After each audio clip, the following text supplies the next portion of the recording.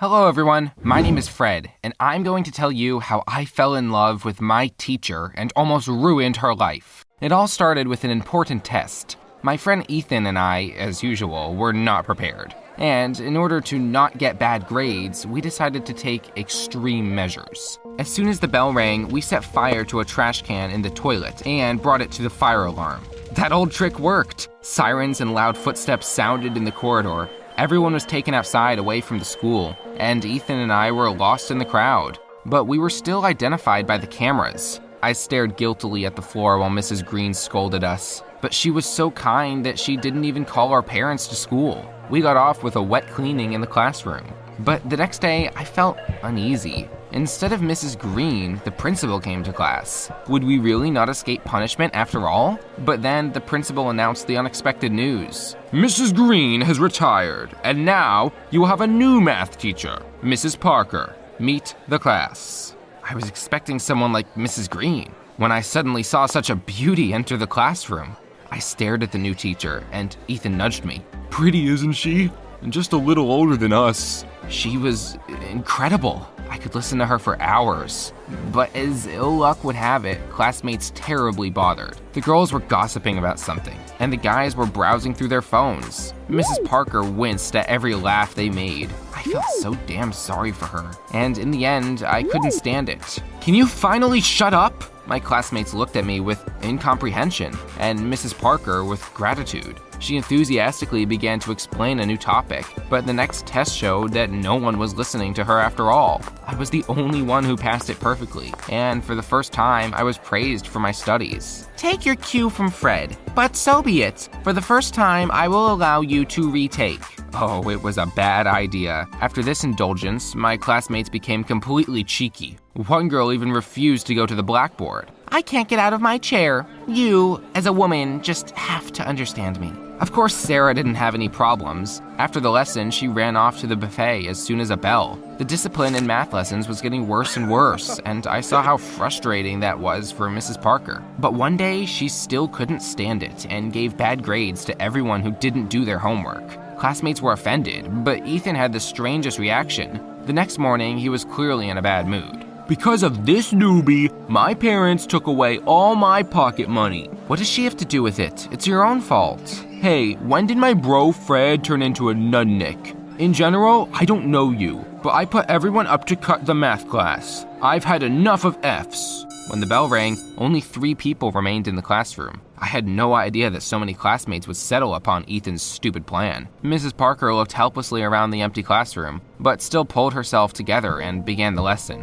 when suddenly the principal entered the classroom. Where are all the students? Maybe they're late? Didn't you warn them that I would be attending class today? Mrs. Parker nervously leafed through the register, and I excused myself, ran out into the hallway, and dialed Ethan. Quickly, gather everyone and come back. The principal came. You're going to get Mrs. Parker in trouble. I don't give a damn about her problems. I hit the ceiling. Okay then, alright. Then I'll have to send your Sarah that video where you kiss another girl. At the last party, remember? You wouldn't do that. If I were you, I would hurry up. I was looking forward to my classmates, but no one showed up. The principal was so angry that he called Mrs. Parker into his office. I hurried after them and pressed myself against the door. I can't leave like this. You have to find an approach to this class and make the children respect you.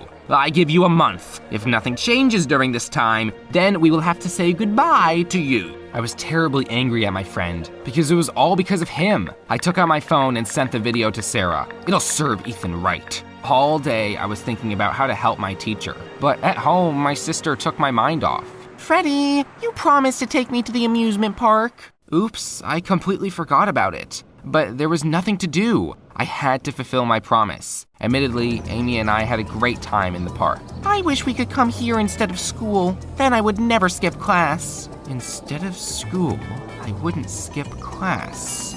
Good girl, little sister. She, without knowing it, gave me a brilliant idea. In the evening, I printed out a note in which I suggested to hold a class right in the park to Mrs. Parker and incentivize the excellence of students, to let them ride the craziest roller coasters. In the morning, I quietly dropped a note on the teacher's desk and waited. But a week passed and we were still sitting in the stuffy classroom. Classmates did not listen to Mrs. Parker and disrupted lessons. I was already completely desperate when suddenly, yes, Mrs. Parker invited us to a class in the park and even bought tickets to the rides. She did exactly as I suggested. The faces of the classmates were simply shown. They suddenly put down their phones and began obediently copying equations from the blackboard. My plan succeeded. Almost everyone passed the test on a new topic and received a well-deserved bonus. I screamed so much on the roller coaster that I even became a horse. But it was worth it. Mrs. Parker was beaming with joy, and I admired her smile all evening. As you may have guessed, I continued to throw my anonymous tips to the teacher. Thanks to them, our lessons became unforgettable. Wherever we studied mathematics, Mrs. Parker taught at the food court, at the trampoline center, on the basketball court, and even at the zoo. In just 2 weeks, our class changed from being the worst to an exemplary one. I was sure that the teacher didn't even know who was helping her. But one day, she stopped me at recess. "Fred, I'm very embarrassed to discuss this, but your letters." But I just wanted to take them away. And please, don't get me wrong. I'm a teacher, you're a student, and there can be nothing between us but studying. Oh no, the teacher somehow figured me out. With trembling hands, I opened one of the envelopes. Suddenly, instead of the printed text, I saw my own handwriting. These were not the clues I left for Mrs. Parker, but what was it? And then I remembered. A year ago, I was in love with a classmate of mine, Ashley, but I was so scared to admit it to her that I wrote love letters and asked Ethan to pass them on. It all clicked in my head at once. Ethan decided to get revenge for my setup with the video. He got these fiery letters from Ashley and slipped them on Mrs. Parker's desk. She recognized my handwriting. Now it looked as if I had written confessions of love to her. Mrs. Parker, this is not what you think at all. Let's pretend these letters didn't happen. Plus, you will soon have another math teacher. I only have one lesson left. My heart was pounding wildly. How? But why? You see, the School of Higher Mathematics got interested in my unusual studies, and they invited me to work. This is one of the most prestigious schools in the country, and teachers there probably earn a whole lot more money. But I just couldn't be happy for Mrs. Parker. After all, if she leaves, I'll never see her again. Just thinking about it sent goosebumps all over my body. I decided to postpone my revenge on Ethan and, at all costs, interfere with the plans of my beloved teacher. And by the end of the class, I had a crazy idea. I printed out 2 notes. I put one stealthy on Mrs. Parker's desk, as usual, and the other in the principal's office. The next day, everything happened as I had planned. The teacher gathered us in the classroom. "Guys, today we will have our last lesson, and I want to make it special. So run and change your clothes. We're going to the beach." It was very hot on the beach, but not because of the weather at all. Mrs. Parker in a red swimsuit was just fire. I admired her figure and even forgot about what would happen next according to my script. Meanwhile, the principal was approaching us. I'd never seen him so angry before. "It's time to explain everything. Just try to understand me. The news of Mrs. Parker's departure upset me so much that I decided on meanness. In the note, I suggested to teach a lesson on the beach to her, and I wrote the principal that the math teacher had planned on an obscene lesson and would show off in front of the students wearing only a swimsuit. I hoped that this would spoil Mrs. Parker's impeccable reputation, and she would not be accepted into an elite school. Then she would have to stay here. But things didn't go according to plan at all. The principal called Mrs. Parker to his office, and I overheard their conversation at the door. "How can you explain your behavior? And what if the parents of our students find out about it?" "But after all, you yourself suggested I spend the last lesson on the beach in that note." "Why are you lying? I didn't write any notes." "I'm sorry, Your action is beyond the pale. We no longer need your services, and I will make sure that you are no longer allowed to teach in any school." What have I done? Mrs. Parker is out of a job because of me. I saw her packing up in tears, but I never found the courage to admit everything. She left, and my life became simply unbearable. My consequences was tormenting me all month. I imagined Mrs. Parker saving money for food and not being able to pay her bills. I would continue to get myself worked up, but one day I met Mrs. Parker in the park. She was still beautiful and didn't look pathetic at all as I imagined. When the teacher saw me, she waved her hand affably. "Fred, I'm so glad to see you. Mrs. Parker, how are you? Here, we went for a walk with my family." She pointed at the man and the little girl. My breath caught in my throat. She was sitting in a wheelchair. "Is she your daughter?" "Yes. Grace can't walk yet, but we found a good doctor. He promised to put her on her feet." "Is she going to have surgery?" Mrs. Parker suddenly looked sad. "Yes, but I don't know when. The operation is very expensive, and I still have difficulties with job. It's all because of me. Because of me, the little girl is still in a wheelchair. I couldn't keep it to myself anymore. Mrs. Parker, I'm sorry. I fell in love with you at first sight, and then I overheard your conversation with the principal. I was afraid that you would be fired, so I decided to help. Anyway, all these notes, they're from me, and the last one too. I set it up.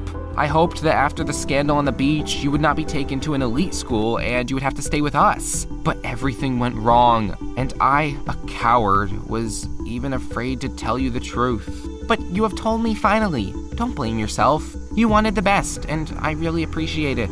But when I found about Mrs. Parker's problems, I began to blame myself even more. I just had to fix it. And the next morning, I explained everything to the principal, the way it really happened. But he just shook his head. Mrs. Parker is an adult, and she is the only one responsible for her actions. And you, mister, better direct your energy to study. I left the office with nothing, but I still wasn't going to give up.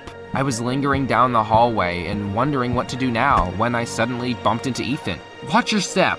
Hey man, are you all right? You don't look yourself. I didn't expect to find support from an ex-friend. Ethan listened to my story and carefully offered to help.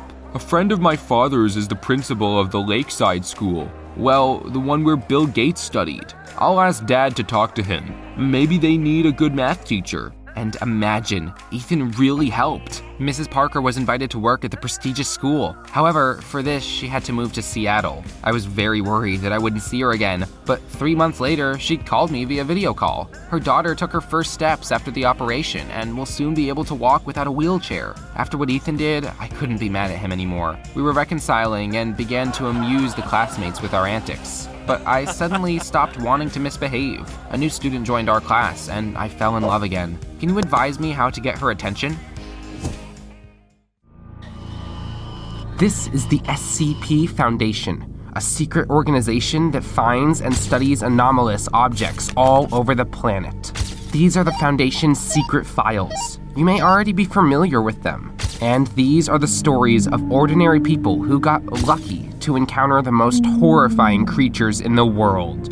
The SCP Chronicles reveal new details about the anomalous objects you didn't know before.